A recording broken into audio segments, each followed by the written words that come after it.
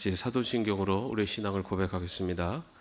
전능하사 천지를 만드신 하나님 아버지를 내가 믿사오며 그 외아들 우리 주 예수 그리스도를 믿사오니 이는 성령으로 잉태하사 동정녀 마리아에게 나시고 본디오 빌라도에게 고난을 받으사 십자가에 못 박혀 죽으시고 장사한 지 사흘 만에 죽은 자 가운데서 다시 살아나시며 하늘에 오르사 전능하신 하나님 우편에 앉아 계시다가 저리로서 산자와 죽은 자를 심판하러 오시리라. 성령을 믿사오며 거룩한 공예와 성도가 서로 교통하는 것과 죄를 사하여 주시는 것과 몸이 다시 사는 것과 영원히 산 것을 믿사옵나이다. 아멘. 찬송가 71장입니다.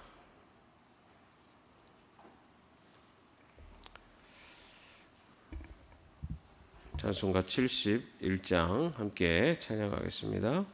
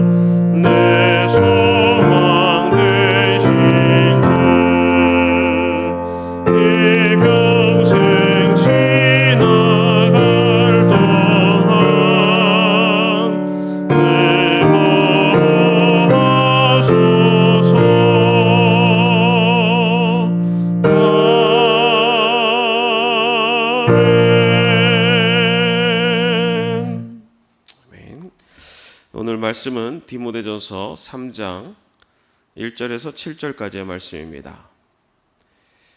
디모데전서 3장 1절에서 7절까지의 말씀 같이 합독하겠습니다. 이 말은 옳습니다. 어떤 사람이 감독의 직분을 맡고 싶어하면 그는 훌륭한 일을 바란다고 하겠습니다. 그러므로 감독은 책망할 것이 없으며 한 아내의 남편이며 절제하며 신중하며 단정하며 나그네를 대접하며 가르치기를 잘하며 술을 즐기지 아니하며 난폭하지 아니하고 너그러우며 다투지 아니하며 돈을 사랑하지 아니하며 자기 가정을 잘 다스리며 언제나 위엄을 가지고 자녀들을 순종하게 하는 사람이라야 합니다. 자기 가정을 다스릴 줄 모르는 사람이 어떻게 하나님의 교회를 돌볼 수 있겠습니까? 또 새로 입교한 사람도 안 됩니다. 그리하면 그가 교만해져서 마귀가 받을 심판에 떨어질 위험이 있습니다. 감독은 또한 교회 밖의 사람들에게도 좋은 평판을 받는 사람이라야 합니다. 그래야 그가 비방을 받지 않으며 악마의 올무에 걸리지 않을 것입니다. 아멘. 지난주 일 광고에 우리 10월 6일 날 장로 선거가 있다는 광고를 드렸습니다. 그 광고에 보면은 이번 장로 선거의 후보 자격이 있었습니다. 기억나십니까? 네. 그 중에 하나가 뭡니까? 디모데전서 3장 1절에서 7절에 해당하는 자입니다. 공교롭게도 오늘 본문이 그 말씀이에요. 이것도 참 하나님의 오묘한 섭리가 아닌가 싶습니다. 오늘 성경통독 본문 말씀이기도 하죠. 그래서 오늘 본문 말씀에 보면은 부제로 뭐라고 써 있냐면은 감독의 자격이라고 되어 있습니다. 그 초대교회는 처음에는 그 이 감독이라고 되어 있지만 후대에는 이것이 감독 또는 장로 이렇게 혼용이 됐었습니다. 다시 말해서 오늘 이 디모데전서 3장 1절에서 7절 말씀은 교회 지도자, 장로의 자격, 장로교회 입장에서는 장로의 자격이라고 그렇게 말할 수가 있습니다. 특별히 우리 장로교에서는 장로라고 하는 자리가 위치가 굉장히 중요합니다. 여기 장로에는 목회자 가르치는 장로, 또 치리하는 장로, 우리 장로교회는 이렇게 가르치는 장로를 목회자라고 하고요. 그리고 치리하는 장로를 우리가 얘기하는 보통 장로님이십니다. 이렇게 그 교회의 지도자의 자격을 기록해 놓았습니다.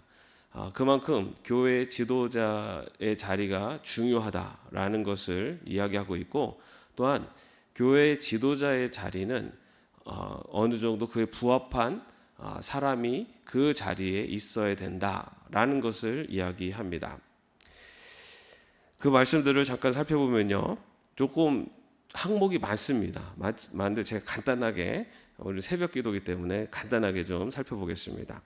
먼저 1절 보면요, 이 말은 옳습니다. 어떤 사람이 감독의 직분을 맡고 싶어하면 그는 훌륭한 일을 바란다고 하겠습니다. 예. 감독의 직분, 다시 말해 지도자가 되고 싶어 한다면 그는 훌륭한 일을 바란다. 여러분, 훌륭한 일이라는 게 무엇일까요? 우리가 내가 하고 싶은 거, 나한테 이득이 되고 내 개인에 도움이 되는 일을 하는 사람 보고 훌륭하다라고 얘기합니까? 아니잖아요, 그죠? 나의 이득이 아니라 이 교회 지도자가 되고자 하는 사람, 그리고 그 자리는 교회를 섬기고 그리고 하나님을 위한 일을 말합니다. 만약에 내가 내 명예를 위해서 내가 이 정도 신앙생활 했으면 이제 장로가 돼야지, 아니면은 어디 가서 내 이름에 명함에 무슨 장로라고 쓰고 싶어서 하는 나의 이득을 위해서 이런 지도자가 되고자 한다면은 그것은 옳지 않다라는 것을 전제하고 있습니다. 장로가 되고 지도자가 된다는 것은 섬기고, 누구를 섬기고? 교인을 섬기고, 그래서 궁극적으로는 하나님을 섬기는 그러한 기독교적인 관점에서의 훌륭한 일을 하는 사람이다 라는 것을 전제하고 있습니다. 자, 그렇다면은 구체적으로 그러면 그런 감독의 그 자격은 어떤 것이냐? 2절에서 4절 말씀 다시 한번 같이 읽어보겠습니다. 그러므로 감독은 책망할 것이 없으며 한 아내의 남편이며 절제하며 신중하며 단정하며 나그네를 대접하며 가르치기를 잘하며 술을 즐기지 아니하며 난폭하지 아니하고 너그러우며 다투지 아니하며 돈을 사랑하지 아니하며 자기 감정을 잘 다스리며 언제나 위엄을 가지고 자녀들을 순종하게 하는 사람이라야 합니다. 네. 여러분, 여기서 지금 2절에서 4절에만 몇 가지를 이야기한 줄 아십니까? 자격으로 14가지를 이야기하고 있어요. 14가지. 예. 자, 먼저 책망할 것이 없다. 이것은 평판 또는 행동에 있어서 흠잡을 것이 없다라는 거죠. 기본적인 인품과 그리고 그의 지위에 걸맞는 평판을 갖고 있는 사람. 많은 사람들에게 비판받고 많은 사람들에게 어떻게 보면은 굉장히 존경받지 못하는 자가 아니라 책망할 것이 없어야 된다라는 것을 처음에 이야기하고 있습니다. 그러면서 좀 더 구체적으로는 한 아내의 남편이다. 이것은 우리 기독교의 일부 일처제를 의미하기도 하고요. 또 한 가지는 이것은 배우자로서 서로 참되고 신실하며 도덕적으로 의심할 데가 없는 자여야 된다. 그러니까 배우자로서의 어떤 그리고 가정에 어떤 큰 불화나 어려움이 없어야 된다라는 것을 말하고 있습니다. 그 다음에 절제한다. 요거의 원뜻을 보면요, 술에 깨어 있다라는 뜻을 갖고 있어요. 절제한다. 다시 말해서 자기 자신을 통제할 수 있는, 그리고 그런 술과 같은 자기 자신을 유혹하는 것으로부터 자신이 깨어 있어야 된다. 이것은 세상의 욕망에 대해서 자기 스스로를 제어할 수 있는 상태를 말합니다. 신중하다. 이것은 자제력을 가지고 통제력을 갖고 있다라는 뜻을 갖고 있습니다. 자제력을 가지고 통제력, 자기 자신을 통제할 수 있고 또 자제력을 가질 수 있다. 우리 자격 조건 중에 이번에 새로 신설된 것 중에 하나가 예배 생활, 예배의 70% 이상 참석자입니다. 이거는 저희 당회에서 이야기할 때 이거는 최소한의 장로의 조건이다라고 얘기했어요. 사실은 이 조건 한 90% 또는 95% 이렇게 해야 되지 않냐라는 이야기까지 나올 만큼, 왜냐하면 기독교인에게, 신앙인에게 있어서 예배라는 것은 너무나 기본입니다. 그렇기 때문에 그 기본을 지키기 위해 스스로를 자제하고 통제할 수 있는 자가 지도자가 되어야 된다. 그래서 그렇게 자기 자신을 자제하고 통제할 수 있는, 자기 삶을 자제하고 통제해서 자기 직분에 맞는, 걸맞는 선택을 하고 삶을 살아갈 수 있는 자여야 된다라는 뜻입니다. 그 다음에 단정하며, 이것도 역시 자기 자신을 관리할 수 있는 그것을 의미합니다. 그 다음에 나그네를 대접하며, 이 의미는 그 당시에는 그 순회 설교자들 그리고 그리스도인들 형제들의 그 여행하는 여행자들이 있었습니다. 그런, 다시 말해서 설교자들, 순회 설교자들, 목회자들을 잘 돌보고 섬기고, 그 다음에 형제 자매들, 같은 그리스도인으로서 어려움에 있는 사람들을 돌볼 수 있는 사람이어야 된다라는 거죠. 우리가 지도자, 우리 교회 장로님 하면 우리 교회만 잘 섬기면 되지, 아니에요, 여러분. 우리 교회 장로님들은 우리 이웃 교회도 섬길 수 있고, 더 나아가서는 그리스도인들도 섬길 수 있는, 한국 교회와 세계 교회를 섬길 수 있는 그러한 마음의 자세를 가져야 된다라는 것을 갖고 있습니다. 그 다음에 가르치기를 잘하며, 이것은 복음의 진리를 가르칠 수 있는 자라는 거죠. 가르치려면 어떻게 됩니까? 일단은 내가 잘 알아야 되고 확신이 있어야 돼요. 복음에 대한 확신과 믿음이 있고, 또 그것을 누군가에게 이야기할 만큼 나에게 그러한 분명한 믿음이 있어야 된다는 거죠. 그래서 가르치기를 잘한다라는 것은 어떤 지식적인 의미라기보다는 복음에 대한 확신, 그리고 그것을 분명하게 이야기할 수 있는 그런 그 분명한 믿음을 가진 자다라는 것을 말하고 있습니다. 그 다음에 술을 즐기지 아니하며, 술 얘기가 굉장히 많이 나옵니다. 생각보다. 여러분 술 먹으면 어떤가요? 그죠? 취해 보셨나요? 취하면은 이성적 판단력이 떨어집니다. 술을 좋아하시는 분들이 그런 얘기 잘하죠. 술은 죄가 아니다. 맞습니다. 술 자체가 죄는 아니에요. 그러나 술이라는 것은 이성적인 판단력을 떨어지게 하기 때문에 인간이 갖고 있는 죄의 본성들이 표출되는 것을 굉장히 쉽게 만들어요. 그래서 술에 취하면은 죄를 짓는 자리로, 그리고 보통 때 같으면 하지 않을 안 좋은 행동들도 이렇게 하게 됩니다. 그러다 보니까 기독교는 술을 그 금주를 권고합니다. 술이 죄여서가 아니라, 술이라는 것이 죄를 향해 가는 굉장히 강력한 매개체이기 때문에 아예 술을 먹지 않는 것이 좋다라고 이야기를 하는 겁니다.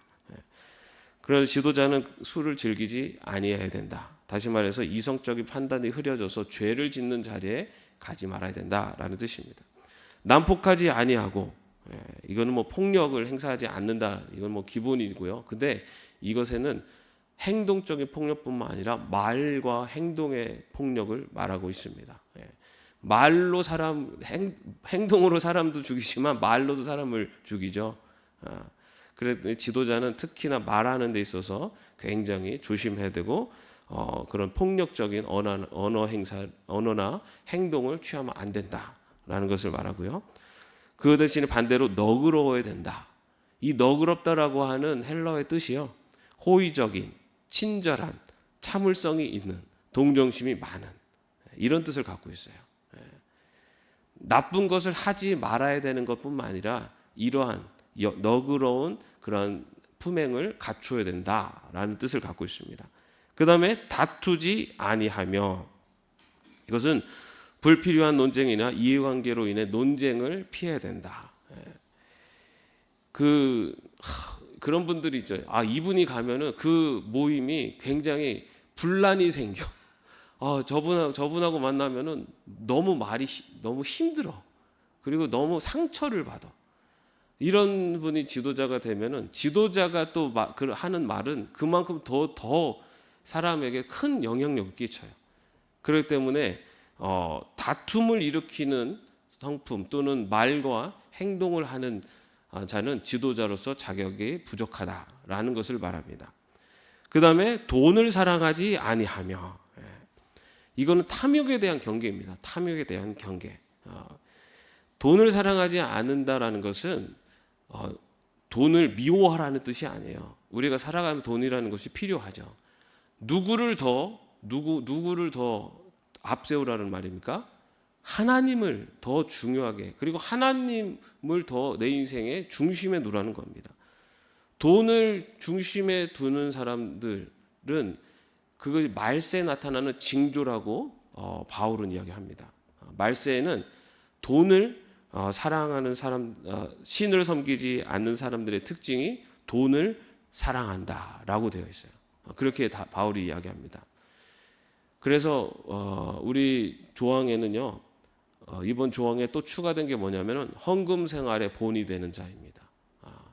지도자로서 헌금 생활의 본이 되어야 된다. 이것은 물질 앞에서 하나님 앞에 하나님을 더 우선시해야 된다. 여러분, 내가 하나님을 더 중시하는 사람들만이 헌금을 할 수가 있어요. 물질을 더 중요하게 여기는 사람들은 헌금을 하지 않아요. 왜냐하면 물질이 있어야 나는 살아갈 수 있다 생각하기 때문에 하나님 앞에 헌금하는 것을 아까워해요. 근데 하나님을 더 중시하는 사람은 물질을 헌금을 할 수가 있어요. 왜냐? 이 물질이 누가 주신 것이기 때문에, 하나님이 주신 것이고, 내가 살아가는 데 있어서는 이 물질이 없어도 하나님이 나를 이끌어 주실 것에 대한 믿음이 있기 때문에 헌금 생활을 할 수 있습니다. 그래서 지도자는 이런 물질을, 돈을 사랑하는 것이 아니라 하나님을 더 중시하는, 그래서 헌금 생활에도 더 본이 되는 사람이 되어야 된다라는 것입니다. 그 사람의 마음이 어떤지 우리는 사실은 알 수 없죠. 그 사람 그 물질에 대해서 어떤 마음을 갖고 있는지 알 수 없습니다. 그렇지만은 헌금 생활을 통해서 우리는 그것을 예측할 수는 있는 겁니다. 이것은 헌금을 많이 한 사람은 하나님을 더 사랑하고 이런 차원이 아니에요. 이것은 물질 앞에서 하나님 앞에 자신이 물질보다 하나님을 더 사랑한다라는 것에 대한 이 어떻게 보면 신앙적인 태도이기 때문에 그것이 하나의 기준이 되는 것입니다. 이렇게 12가지가 인품과 영적인 성숙도에 대한 얘기입니다. 다시 말해 개인의 지도자로서의 인품 그리고 영적인 성숙도가 이러한 12가지의 기준에 부합한 자여야 된다라는 거고요. 그 다음에가 이제 가정 생활에 대한 이야기입니다. 그래서 자기 가정을 잘 다스리고라고 되어 있어요. 그러면서 그 5절에 보면요, 자기 가정을 다스릴 줄 모르는 사람이 어떻게 하나님의 교회를 돌볼 수 있겠습니까? 라고 되어 있습니다.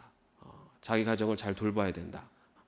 그런데 거기에서 구체적으로 자기 가정을 잘 돌보는 것 중에 하나가 언제나 자녀들 언제나 위험을 가지고 자녀들을 순종하게 하는 사람. 다시 말해서 자녀들에게 존중을 받는 사람이어야 된다라고 되어 있어요. 그리고 기독교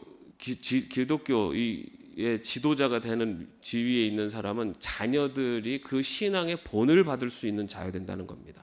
예.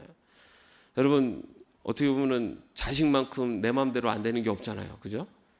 그런데 그 내 마음대로 안 되는 자식이 부모를 보고 부모님의 신앙생활을 보고 그래 나도 나도 우리 엄마 아빠처럼 이렇게 신앙생활 해야겠다. 그리고 우리 부모님 정도 되면 그래도 어디 가서 기독교인이라고 할 만하지.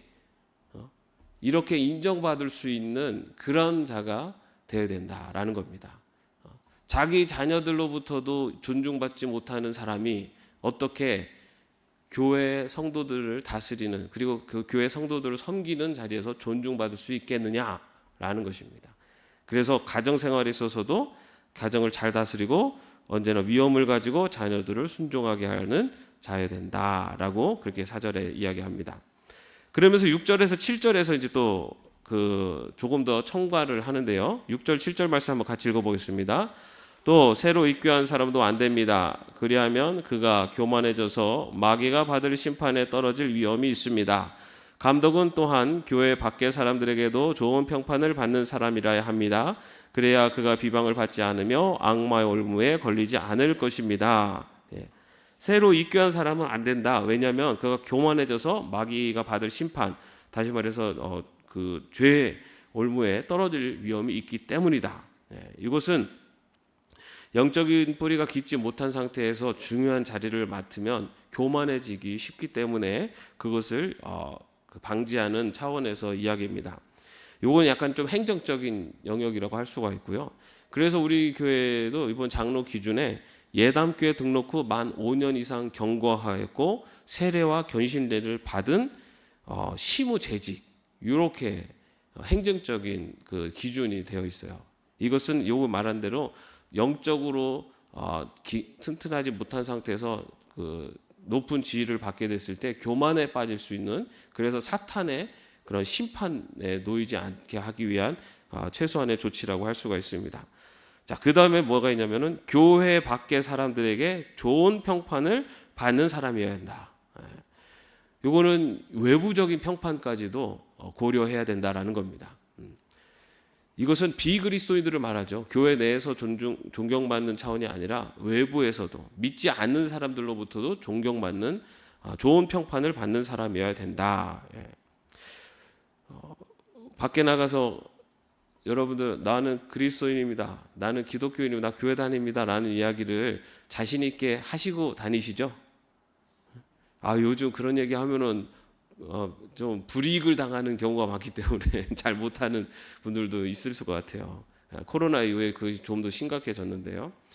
여러분 뭐 처음 보는 사람들은 뭐 굳이 내가 기독교인이다 뭐 밝히지 않더라도 나랑 가까이 있는 사람들, 나랑 자주 만나는 사람들은 이게 나 기독교인이고 나 예수 믿는 사람이에요 라는 이야기를 자신 있게 하지 못한다면 내가 정말 제대로 신앙생활을 하고 있나 돌아봐야 됩니다.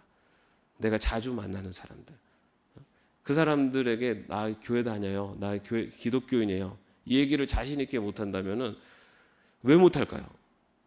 자주 만나지만은 내가 이 얘기를 했을 때 저 사람이 나에 대해서 뭐 선입견을 갖고 접하지 않을까? 그러면 그동안에 내가 그리스도인답게 그 사람에게 보여줬나라는 걸 생각해 봐야 돼요.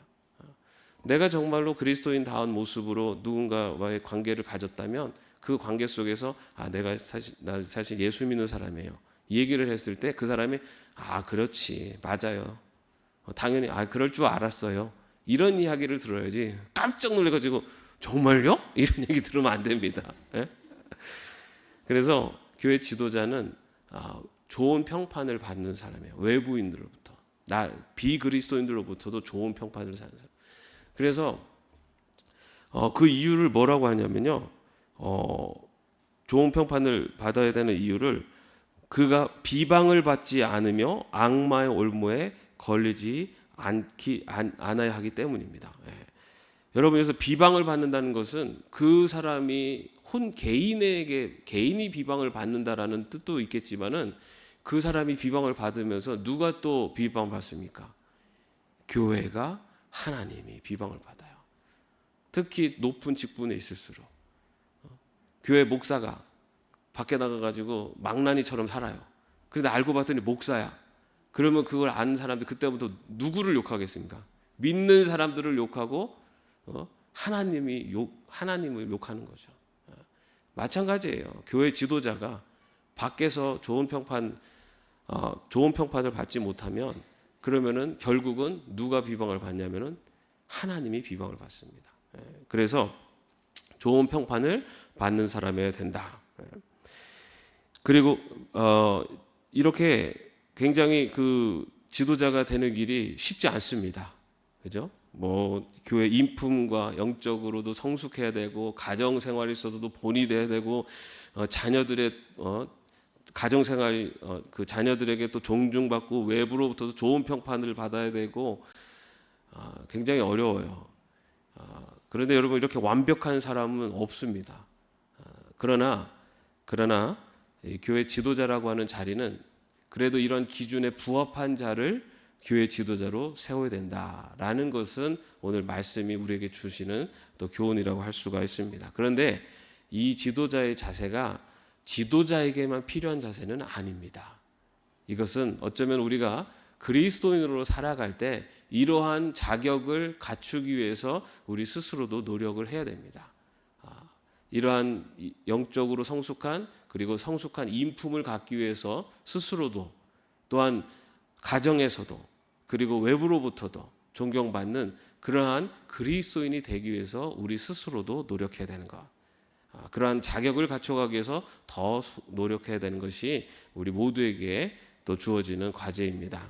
오늘 이 디모데전서 3장의 말씀을 통해서 또 우리가 장로 선거를 앞두고 있기 때문에 이러한 자격에 부합한 그런 훌륭한 장로님이 선출될 수 있도록 여러분 함께 기도해 주시고 그리고 또한 나도 이러한 자격을 갖출 수 있는 성숙한 그리스도인이 되기 위해서 또 더 노력할 수 있는 우리 모두가 되시기를 주님의 이름으로 축원합니다. 기도하겠습니다. 하나님, 디모데전서 3장의 말씀을 통해서 교회 지도자의 갖춰야 될 인품과 또 영적인 성숙도 그리고 여러 가지 조건들을 살펴보았습니다. 그런데 하나님, 이것이 어떤 교회 지도자에게 국한되는 것이 아니라 바로 나에게 주시는 말씀임을 듣습니다. 나의 신앙의 모습도 인품과 영적으로 더 성장하고 성숙한 자가 되게 하시고 가정을 잘 섬기고 자녀들에게 존경받는 자가 그리고 외부로부터도 좋은 평판을 받는 그런 그리스도인의 삶으로 살아갈 수 있도록 저희들을 인도하여 주옵소서. 예수님의 이름으로 기도합니다. 아멘. 하늘에 계신 우리 아버지여, 이름이 거룩히 여김을 받으시오며 나라의 마옵시며 뜻이 하늘에서 이룬 것 같이 땅에서도 이루어지이다. 오늘날 우리에게 일용할 양식을 주옵시고 우리가 우리에게 죄진 자를 사하여 준 것 같이 우리 죄를 사하여 주옵시고 우리를 시험에 들게 하지 마옵시고 다만 악에서 구하옵소서. 대개 나라와 권세와 영광이 아버지께 영원히 있사옵나이다. 아멘.